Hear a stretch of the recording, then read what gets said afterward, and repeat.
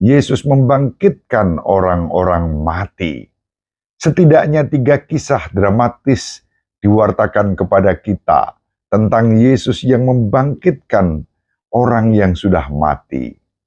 Yang pertama, Yesus membangkitkan putri Yairus. Yang kedua, Yesus membangkitkan putra janda Nain. Dan yang ketiga, Yesus membangkitkan Lazarus yang hari ini diwartakan kepada kita. Ada crescendo dalam kisah itu.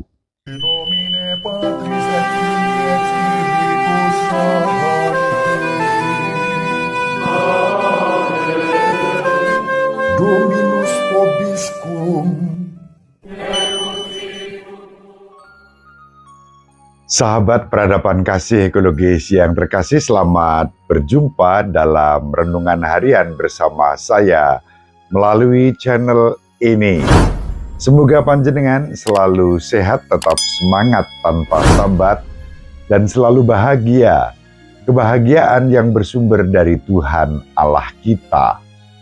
Selamat berhari Minggu. Mari kita awali perjumpaan kita dengan bersatu di dalam doa. Allah Bapa yang Maha Pengasih dan Penyayang, kami bersyukur kepadamu atas segala rahmat dan berkat yang Kau limpahkan kepada kami, putri-putramu. Masa Prapaskah memasuki Minggu Prapaskah yang kelima, perjalanan kami merenungkan kisah kasih sengsara putramu Yesus Kristus semakin menuju puncak. Sengsara Yesus bukan akhir, kematiannya bukan akhir, melainkan awal kehidupan baru melalui Roh-Mu yang membangkitkan Kristus dari alam maut. Kristus bangkit untuk mendamaikan kami dengan Dikau setelah sengsara dan kematiannya. Semoga kami menjadi tanda kehidupan di dalam kehidupan kami sehari-hari, demi Kristus Tuhan dan pengantara kami yang hidup dan berkuasa bersama Dikau dan Roh Kudus, Allah yang Maha Esa, sepanjang segala masa. Amin. Sahabat peradaban kasih ekologis yang terkasih, kita akan membaca kitab Nabi Yehezekiel, bab 37 ayat 12 sampai 14.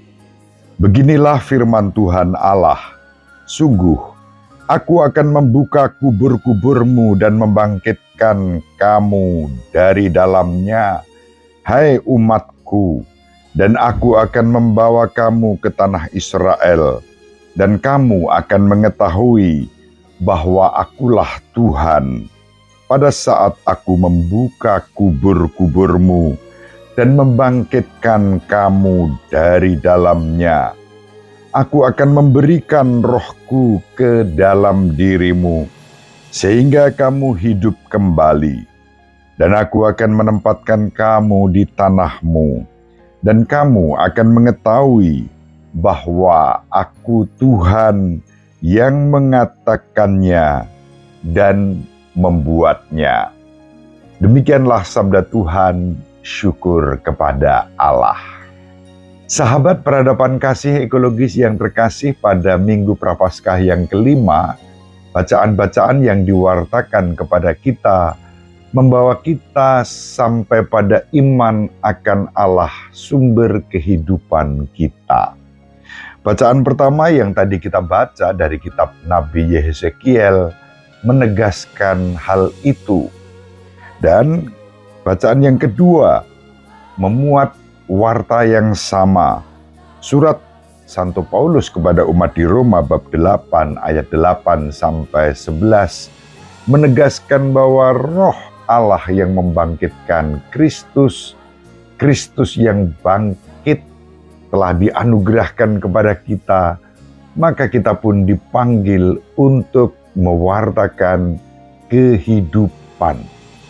Dan di dalam Injil yang diwartakan kepada kita pada hari ini, khususnya dari Injil Yohanes bab 11 ayat 1 sampai 45, ditampilkan Yesus sendiri adalah kebangkitan dan hidup.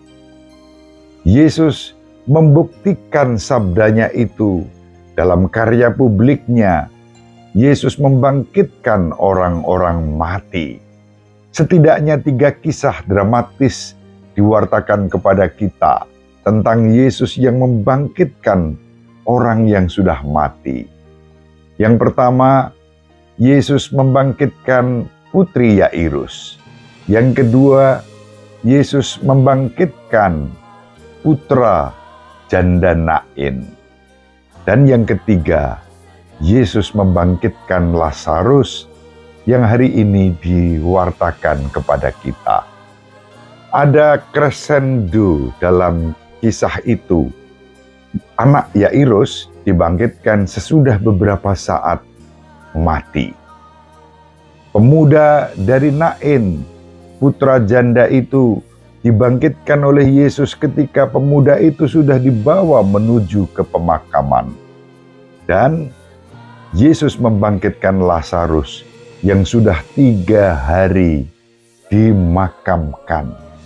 Tidak ada yang mustahil bagi Yesus untuk melakukan karya besar itu, karena seperti disabdakannya, Yesus adalah kebangkitan dan hidup.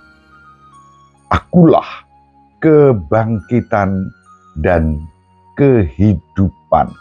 Itu yang disabdakan Yesus. Dan kita diundang untuk percaya kepada Yesus Kristus, sumber kebangkitan dan kehidupan kita. Sahabat peradaban kasih ekologis yang terkasih, melalui sakramen baptis kita percaya kepada Allah sebagai Bapa kita, kepada Yesus Kristus Tuhan dan Juru Selamat kita, dan kepada Roh Kudus, Roh Allah sendiri yang juga menjadi sumber kehidupan kita. Oleh karena itu, kita dipanggil sebagai putri-putra Bapa yang menjadi tanda kehidupan melalui setiap pengalaman kita sehari-hari. Tanda-tanda kehidupan tampak dalam sukacita kita sebagai putri-putra Bapa. Tanda-tanda kehidupan tampak di dalam karya-karya baik yang boleh kita wujudkan dalam pengalaman sehari-hari. Tanda-tanda kehidupan kita hadirkan saat kita memberikan rasa damai sejahtera sebagai orang-orang yang merdeka, yang tidak dicekam oleh ketakutan, untuk selalu memilih dan mewartakan kebaikan dan kebenaran. Kebaikan dan kebenaran yang kita wartakan bukan klaim kebenaran atas diri kita sendiri dan orang lain salah. Keselamatan hanya untuk diri sendiri dan orang lain tidak selamat. Bukan itu. Tanda-tanda kehidupan ditujukan untuk semua orang. Maka, mari kita juga menjadi tanda kehidupan melalui cara kita hadir di tengah-tengah masyarakat. Tutur kata kita, perilaku kita, sikap dan cara hidup yang mencerminkan cinta kasih, yang menandakan damai sejahtera, dan yang ditandai sukacita dan kebahagiaan yang bersumber dari Tuhan Allah kita sendiri. Mari sahabat peradaban kasih ekologis yang terkasih, kita saling mendoakan agar kita dimampukan menjadi tanda-tanda kehidupan melalui kehadiran kita, karena Roh Allah sendiri yang sudah dianugerahkan di dalam hidup kita. Ibu Maria selalu mendoakan kita, Bapak Yosef merestui kita dengan keheningannya. Semoga panjenengan semua sahabat peradaban kasih ekologis yang terkasih, bersama seluruh anggota keluarga dimanapun berada, dibimbing, dilindungi, dan diberkati oleh Allah yang Maha Kuasa, Bapa dan Putra, dan Roh Kudus. Amin. Terima kasih. Salam sehat, tetap semangat tanpa sambat, selalu bahagia, kebahagiaan yang bersumber dari Tuhan Allah kita. Salve, salam sejahtera, untuk kita semua. Sahabat peradaban kasih yang terkasih, sampai jumpa pada episode berikutnya. Terima kasih atas kebersamaan kita. Salam peradaban kasih ekologis berkah.